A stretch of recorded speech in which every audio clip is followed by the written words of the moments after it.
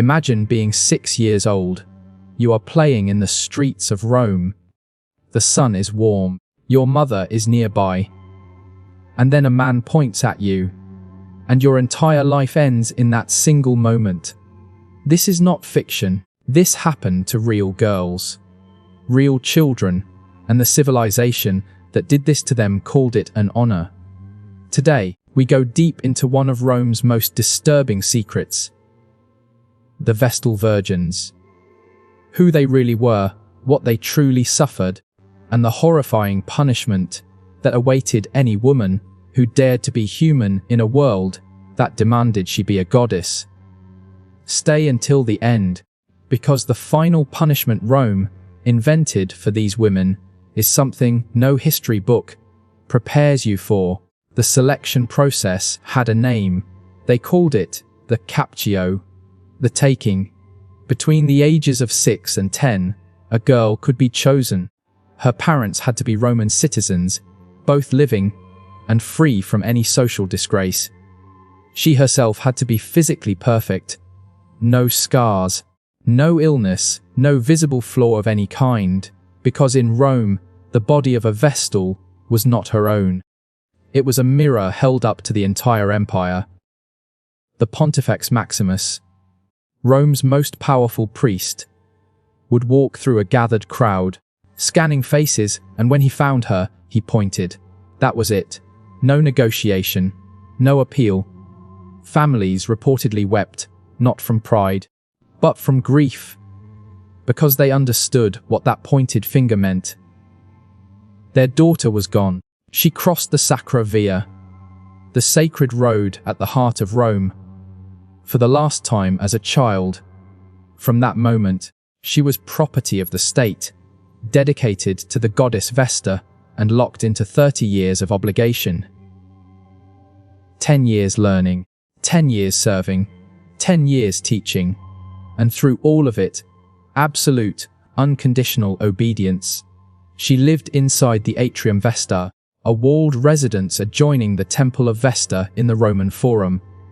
It sounds grand. It was a cage with beautiful walls. Her movements were monitored. Her conversations were restricted. Her body, from the age of 6, belonged to Rome, not to herself, and the rules that governed that body were merciless. Her one absolute duty, beyond everything else, was guarding the sacred flame inside the Temple of Vesta.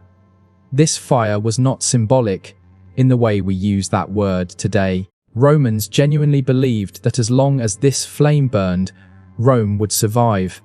If it died, Rome would fall. The weight of an entire civilization rested on the shoulders of children.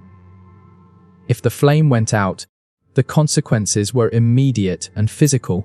The responsible Vestal was summoned before the Pontifex Maximus, who would carry out a beating, always in darkness, always in private, always with rods.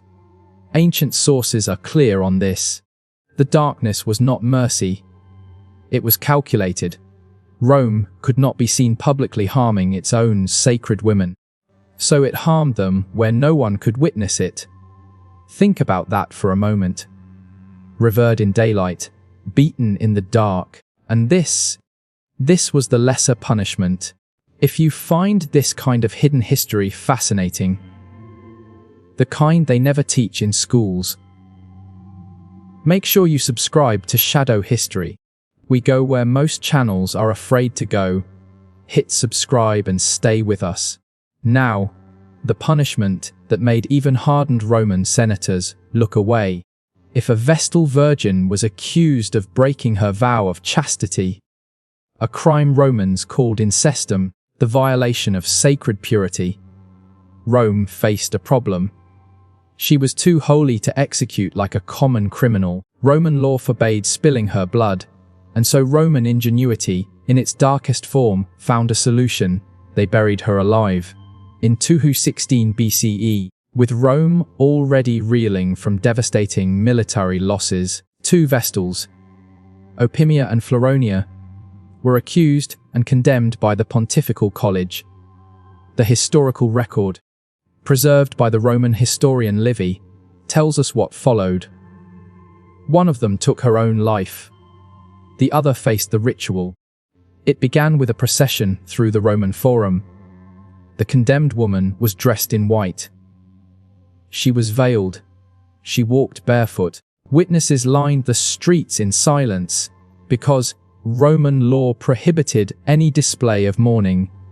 She was to be received not with grief, but with solemnity.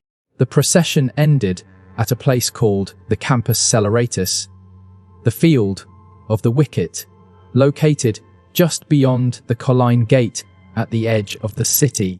There, workers had already prepared a small underground chamber.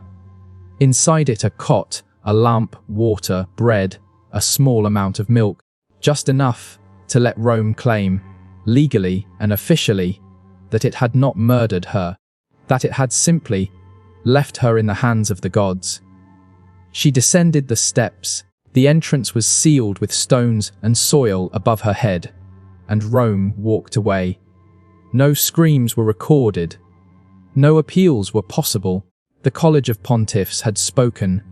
The air in that chamber, thin and finite, was all she had left.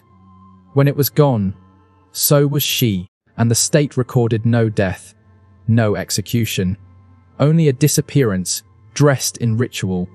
This is what Rome called justice, and here is the question that should disturb every one of us. How many of those women were actually guilty? Roman trials for Vestal's presumed guilt. Accusations alone could destroy a woman's standing. Political enemies of Rome had every reason to target a Vestal. Her condemnation sent a message about divine displeasure, about the state's moral authority, about who held power. Some of these women may have been executed, not because they broke a sacred vow, but because they became inconvenient to the wrong people. Rome built its identity on virtue, on order, on sacred law, and to maintain that identity, it was willing to take a 6-year-old girl from her mother, imprison her for 30 years, beat her in secret when she made a mistake, and bury her underground when she was accused of being human.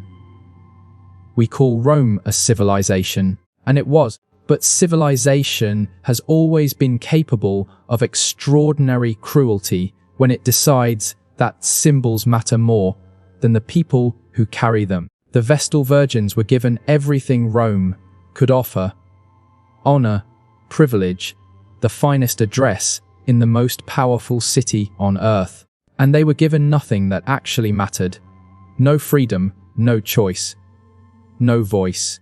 Their names survived because of the men who wrote about them. But the lives they actually lived, the fear, the loneliness, the darkness of that chamber, that part of history was buried along with them. And that is exactly why shadow history exists, to dig it back up. If this episode opened something in your mind, share it with someone who thinks Rome was only glory and marble. The truth is always more complicated, and we will keep finding it every week, right here.